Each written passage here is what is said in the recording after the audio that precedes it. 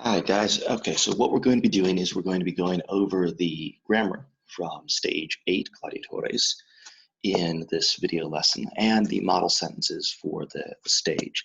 I'm going to make a separate video with the translations where I'm going through and translating them after this, so you can check that out as well. So stage 8, we'll just jump into it. Stage 8 introduces two primary new grammar points in the framework of the culture, which is gladiators, and who doesn't like gladiators? Although I won't be talking about the cultural section, we will be going over that really as part of the translation and through a Kahoot that we've got. So let's jump into it. The first grammar point that we have is plural forms of nouns. Now, I've already discussed this with you guys in class. We actually already have all these forms, but this is where it's formally introduced, and I'm going to go through it with you again so that you can just have a little bit of a refresher, or if maybe you weren't in class on that day, you can learn it now. So we obviously have our three declensions here: first, second, and third. And let's look right here. So we know that a first declension noun is something like via or ankila, or even a word that can be in both first and second declension forms like sorwa or sorvos, so a female slave versus a male slave.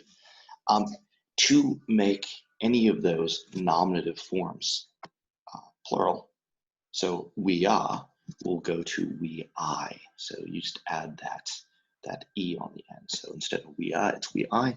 Instead of sorwa, it's sorwai. And instead of ankila, it's ankilai. Right? So same thing, or with wila, for house, it would be wilai. The plural form of a second declension noun, remember second declension can be both masculine and it can be neuter. So we have a sorvus or something like lightus, which is, it's an adjective, and we'll talk about that later. Actually, the next grammar point is going to be about adjectives and their degrees, but anything that has that US ending naturally in the nominative is just going to be replaced with a long I. So I actually should have put a long marker over this I, but it's a long I. So we know very famously, I think, or at least maybe not famously, but most people know that a cactus, if there's more than one cactus, they are cacti. Similarly, if there's more than one octopus, it's often octopi. Although that's a Latinized form, the actual plural of octopus should be octopods, because it's a Greek word, not a Latin word, but it was Latinized, and if you look up dictionary entries, it will tell you that the plural is octopi. So masculine second declension nouns will have that long I. Now, puer. Puer is a weird sort of form. There's always exceptions in Latin. Puer does look like a third declension. It's not. It is a first declension, which is why the plural of puer is pueri. Right? There's always exceptions. I just included this here since it's a word that we see a lot. And even though it looks like it should be third declension, I just want to point out here that it's actually second. A second declension with an R ending nouns. You'll see a few of them as we go through the course. And then lastly is neuter. Now we haven't focused a lot on neuter, but we know that they are the ones that end with the um naturally, and they don't change between the nominative and the accusative. So for example, atrium or forum, right? They're both neuter nouns. So if you have a nominative form of forum, it is forum, just as it is in the accusative, still forum. If you have the atrium in the nominative, it's atrium. In the accusative, it's still atrium. Now, the plural form is a short a. So if there's more than one main room, you have atria. If you have more than one forum, you have fora. So that's an easy one to remember there. It looks, well, it's not easy because it can look like a first declension singular. So you might look at atria and say, oh, it's a short a. It might be a singular, but remember that it is atrium, it is a neuter, and therefore it's going to have a short a in the neuter plural. Third declension nouns are really, really easy. Now they can be masculine, feminine, or neuter. And just like in English, all you do is you take that stem and you add an es. So Mercator is mercatores. Canes, you gotta cut off the ending and go with the stem, the con. It is canes. Grumio, you add that infix, grumiones. And then rex, remember the stem of rex is actually reg. We talked about how consonants can change, especially certain consonants like the X ending is really it comes from originally in Old Latin, it was regis, and the G and the G and S sound go together into an S. But the stem is reg, so you cut off that stem, reg, and then add the ES, right? So that's really, really easy. A lot of nouns are in the third declension, so you'll see the ES a lot. And since it's very much like English, you can just remember from that. Now, accusative plural endings. Again, I've already gone through this in class, but it'll be useful for you. And luckily, it is another form of adding the S. So if you have a first declension, all you need to do is you need to take that nominative, so via or anikila or serwa, and you add an S. That's an accusative plural. So if you are giving a gift to the ankilas, to the female slaves, it would be so ego do donum ad ankilas, right? Or if you are going through the streets, per is that preposition that means through. It takes an accusative of extent, per vias, going through the streets. So ambulo per vias, I walk through the streets. In the same way, well, not exactly the same way, the second declension, it is going to be an OS ending. So you take the stem, the ser ending, the same way that you would take any other first declension ending. For example, gladius, we see that word in this stage. It means sword. And if you have multiple, it's gladios. Right? The R ending, this subclass that you occasionally see, take the stem puer, add that OS ending. Right? And then lastly, the neuter, you know that atrium doesn't change between the accusative and the nominative, so it's atrium, atrium. In the same way, the neuter form doesn't change in the plural, so it's still atria in both ways, still atria. So in the same way that the neuter doesn't change its form, the third declension, because it often is neuter, or it often can be neuter, it doesn't change between the nominative and the accusative. So mercatores, mercatores, canes, canes, grumio, nes, grumiones, reges, reges. Really, really simple right there, guys. So let us jump forward to the next grammar point, which is tied into this, and this is degrees of adjectives. Now, we do this really naturally in English, but we don't think about it. So there's three types of adjectives that you can have. Now, the neutral form of the adjective is called a positive degree. Anytime that you're describing something, you put the adjective naturally in its positive form. And this is if you're describing one thing.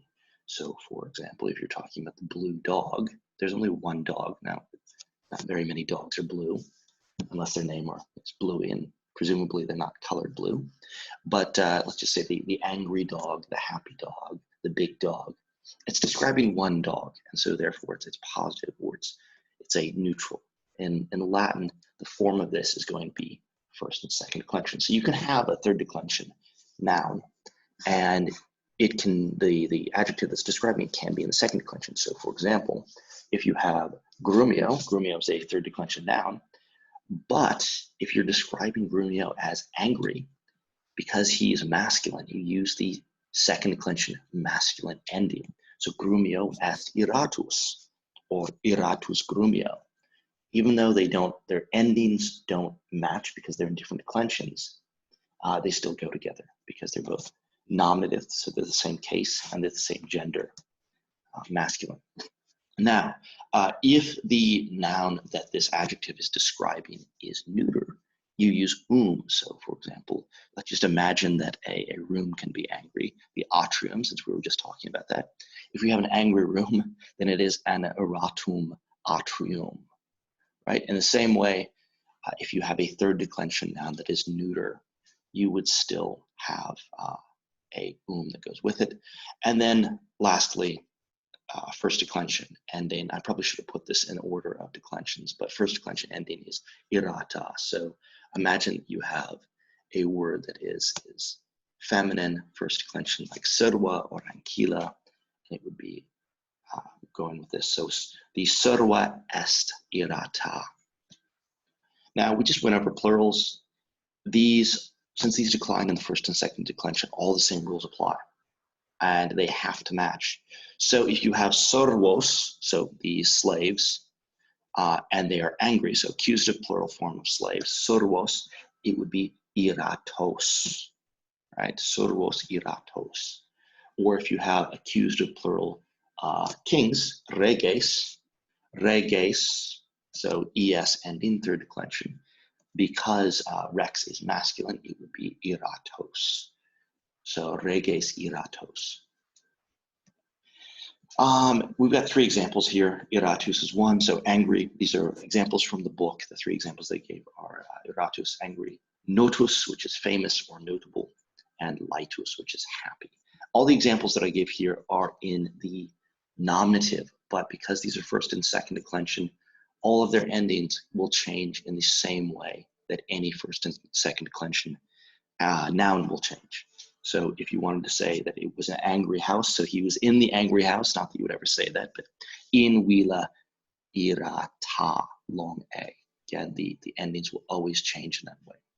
Now, the key point here is that there are two more degrees of adjectives. So comparative degree, I should have actually added in, the comparative degree is where you're describing more than one thing, but usually just two things. So for example, of the two dogs, one is bluer than the other, or one is angrier than the other.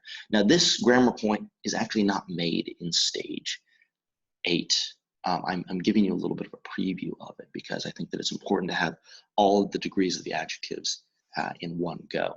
So you don't have to memorize this right now, but just know that you will have to at some point. It's really easy to remember because we form comparatives in English very similarly to the way that they're formed in Latin. Matter of fact, it comes from it. So you add an IOR ending. Now, if that looks familiar, it's because it follows the third declension, and it's very regular, just like third declension endings. So iratior is angrier. And now you notice that we have the IOR is very close to the way that we say angrier. It comes from the same root. So iratior means angrier.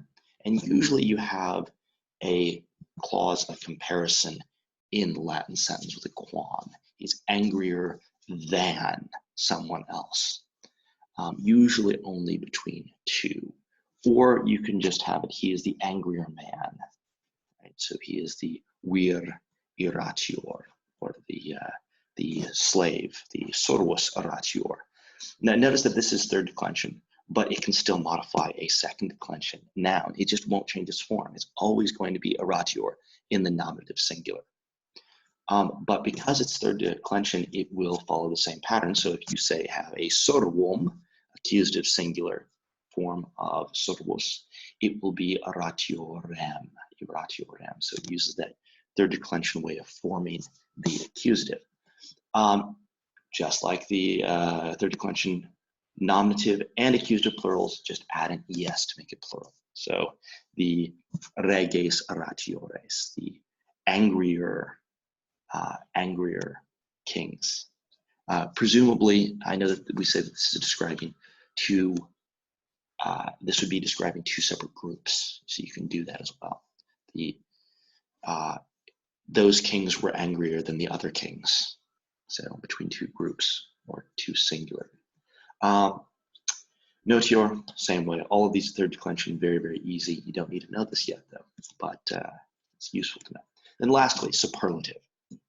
Superlative goes back to the form of first and second declension endings, so us, a, and you just add an isi in it. So isimos, isimum, isima, and it is used to describe more than just two things. So we in English, it is usually the ist. He is the angriest of this set, angriest of this group of people. He is the most famous of this group of actors. Of all the actors that is in a set, this one is the most famous, or he is the happiest.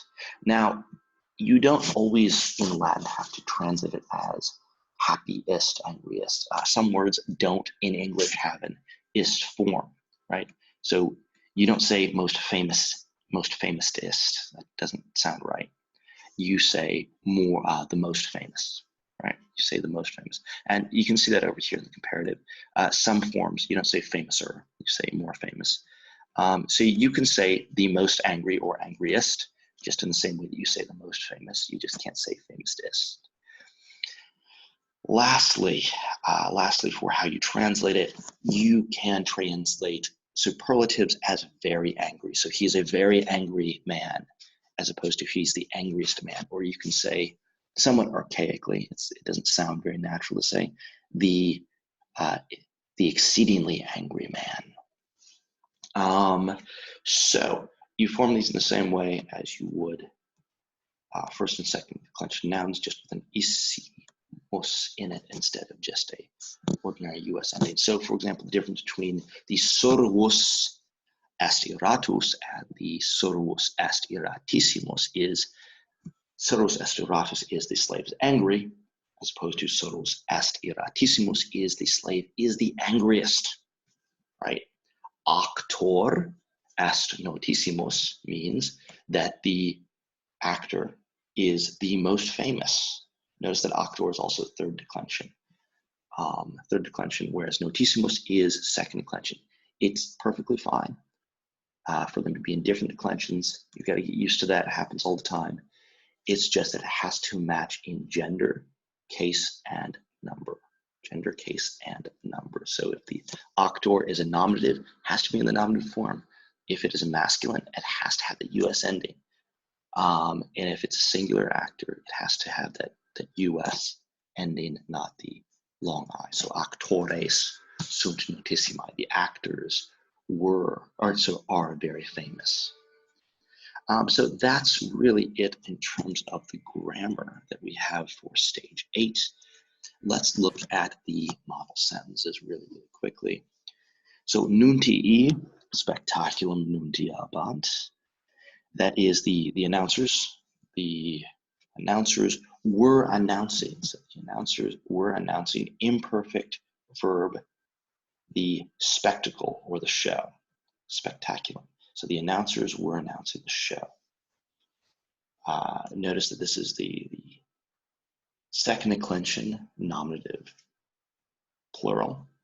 We can tell that it's a nominative plural because it goes with this nt ending, and then the spectaculum is the accusative direct object. So Pompeiani nuntios audiebant. So the Pompeians, again, another nominative second declension plural.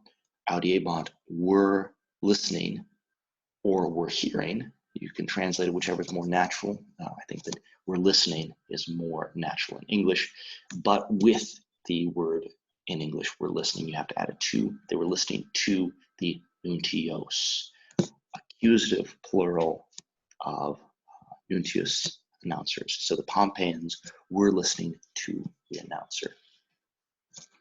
Gladiatores porviam procedebant. So the gladiators, accusative plural, third declension. Porviam, this is a prepositional phrase, through the street. Procedebant, were proceeding. So the gladiators were proceeding through the street. Another imperfect verb there.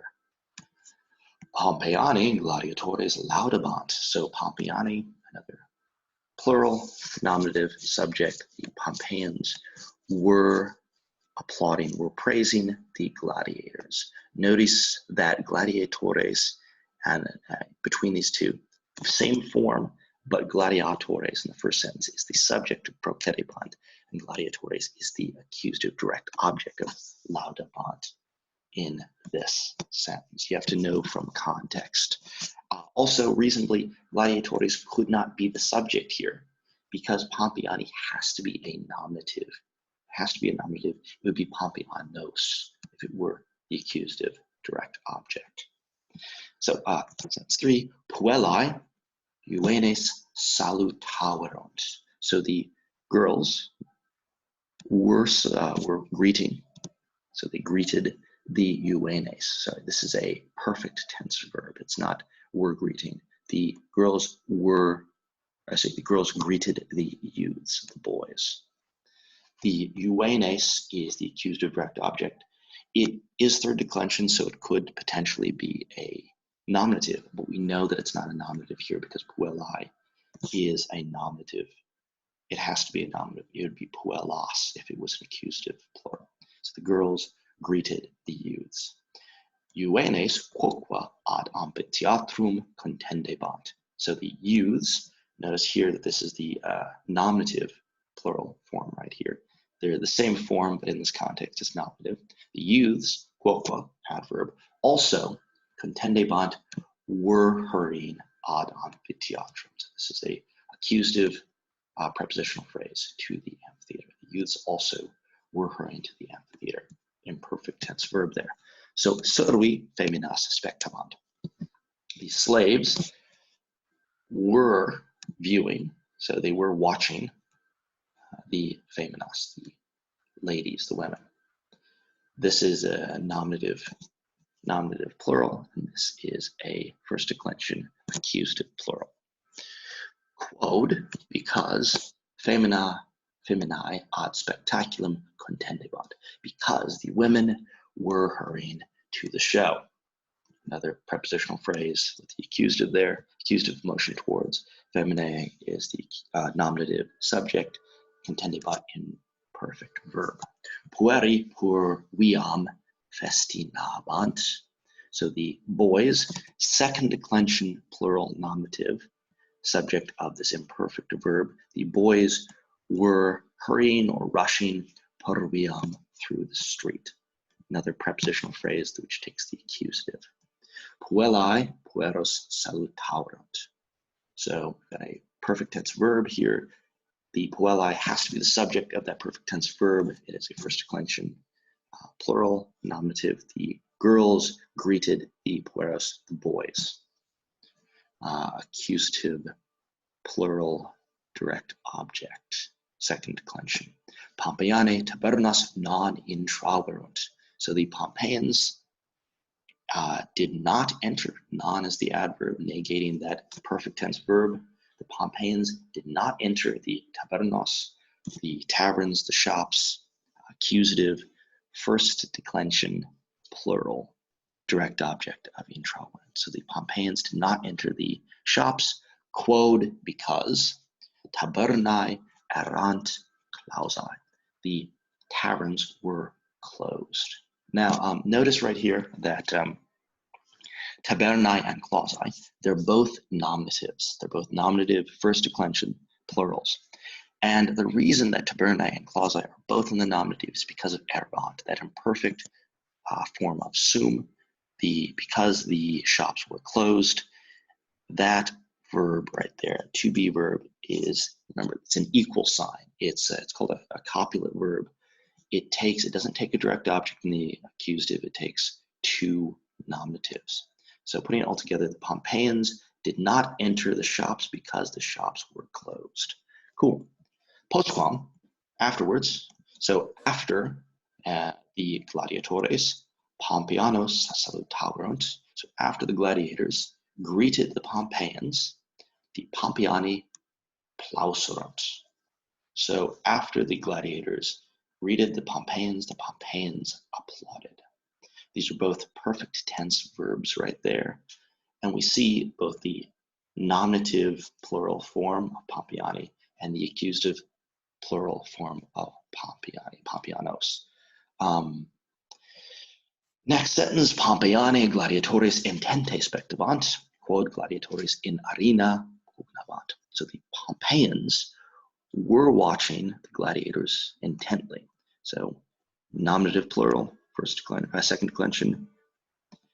The accusative plural, third declension. Intente is the adverb, intently. Add imperfect tense verb. Quod, because the gladiatores, this is a third declension nominative here, same form, but nominative in this context. in arena, in plus ablative. It's a locatival ablative. Also, arena means sand. It's describing the whole area because an arena was filled with sand, mainly because it soaked up blood better. But it was known for what it was filled with. And pugnabant is an imperfect tense verb. So the Pompeians were watching the gladiators intently because the gladiators were fighting in the arena. Last sentence right here, spectatores murmiliones incitabant, quod murmiliones saepe victores erat. So the spectators were urging on. Incito can mean to urge on or encourage. It can be both urge on in terms of trying to get someone to hurry up, and also to encourage them to do whatever they're doing. So the spectators were urging on, were encouraging, perfect tense verb. Direct object is murmiliones. So a murmillion is a specific type of gladiator. The gladiators came in different classes. Think of it like a video game. You can choose your class. And they were supposed to look like Gauls. Gauls were from the area above Italy. So they're supposed to look like a specific group of people. They were fairly lightly armored, but they were more armored than a lot of other groups. They had this very distinct style of helmet that is iconic, and a sword and a shield. But we'll talk about that more later. So these spectators were urging on, were encouraging the murmillions because the murmilliones.